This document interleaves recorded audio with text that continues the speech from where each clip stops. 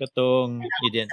So anyway, in that podcast, I forgot her name, but she was talking a lot about kanang movement and how I think this is something you are probably familiar with nga murag uh this is my interpretation of it nga a lot of people's movements are very limited in a way.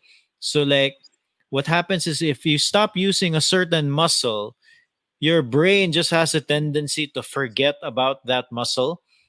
And Mm-hmm. there are certain movements kanang that we as humans just don't do on a regular basis.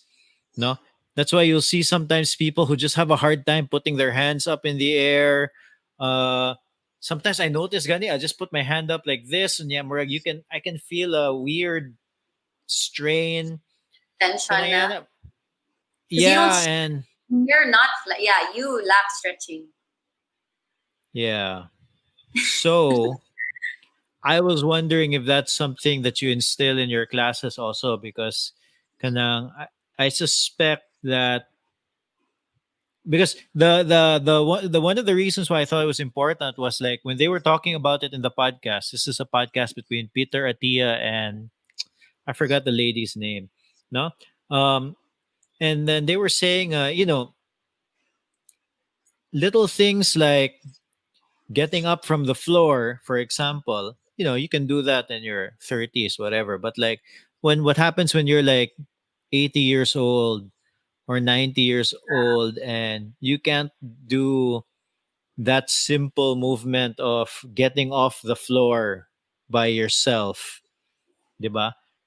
And kanang to somebody like me nga in a way, I don't like feeling useless. Like I don't like being unable to move. Like one of my most challenging months or so was when I fractured my leg and I couldn't really do much.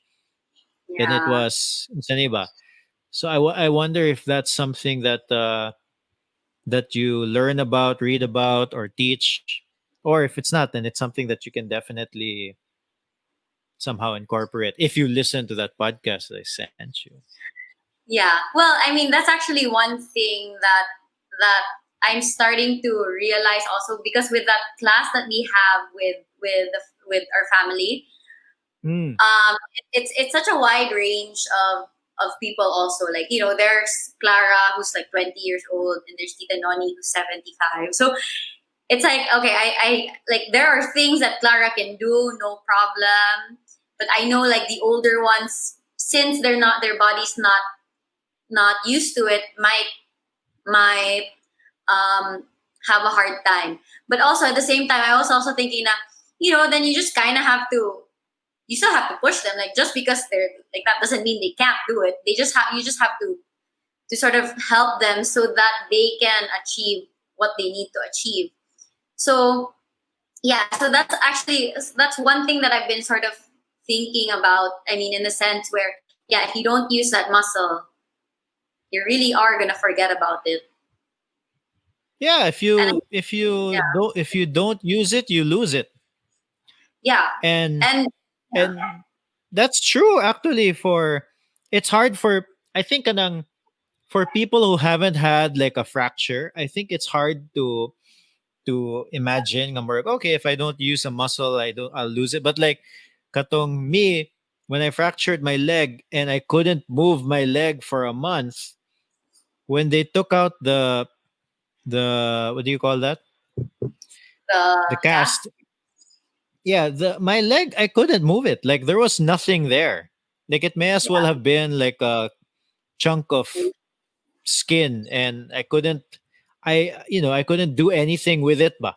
And there was really a level of like okay, I have to make sure I use it so that to gain strength back because it really I think the word there is atrophy, diba? It really atrophies. And that's true even without an injury. If I just for whatever reason stopped moving my left hand and just relied on my right hand for everything, after like probably not that long. Probably after 2 weeks, I would have a hard time moving my left hand. Working on ba? Yeah.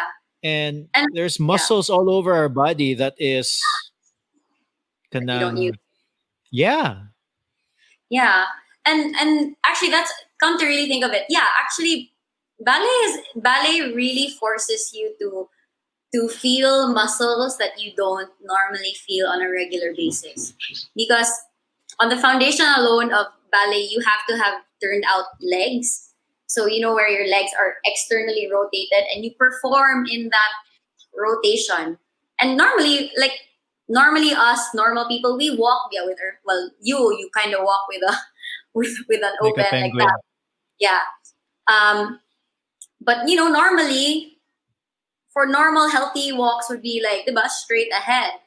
And so those are like those are untapped muscles for the regular person. And so if you are a dancer, you really have to activate like those adductors, the inner thigh muscles, your deep six, and to activate those that turnout muscles. And like that's hard to find. Like people really don't know how to get to that, especially if you don't use it. So yeah, that's actually the thing. I guess that's really how it is with ballet. I guess that's what maybe differentiates it also with other dance styles or dance techniques, or yeah, because maybe like with ballet it's very specific and it's very meticulous. That's why a lot of the steps are slow, so that you really have time to connect your brain to that muscle, as opposed to like if you do like hip hop class, it's great because like you just have to follow the shape, the quality of the movement, and like okay, the person's raising her elbow up and like this, or you just follow, ana, ana. But it's not as technical as ballet has to be. Like okay, you have to rotate, you have to activate your core. Like there's like if you listen to me in class, I sound very like repetitive, but like I have to be, because I need to tell them, like I need to keep telling them what they need to do, because it's not something that's normal.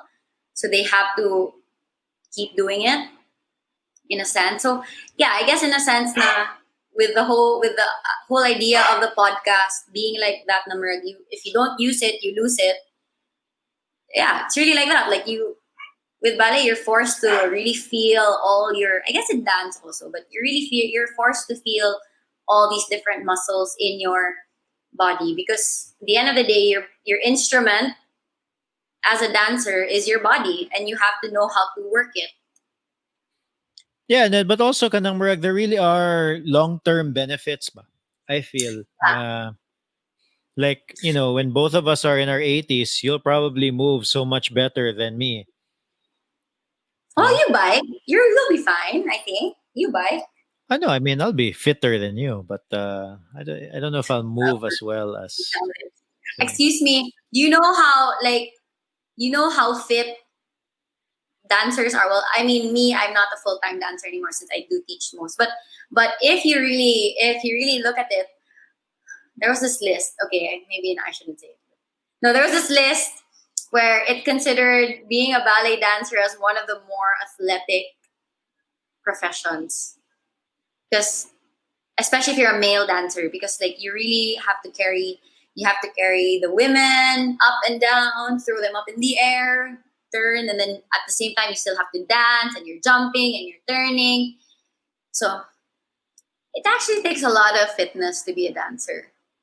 I'm sure. I'm not doubting that. I'm like, I didn't you compared me, I'm good. Like, yeah, you'll probably be okay. Then like, that's No, I think ano you'll be lang okay tos if you're ay na active. lang ay na lang tos Mikey. Oh, she's active, so be a Mikey, what does she do? like I got you. Oh, I think she does yoga.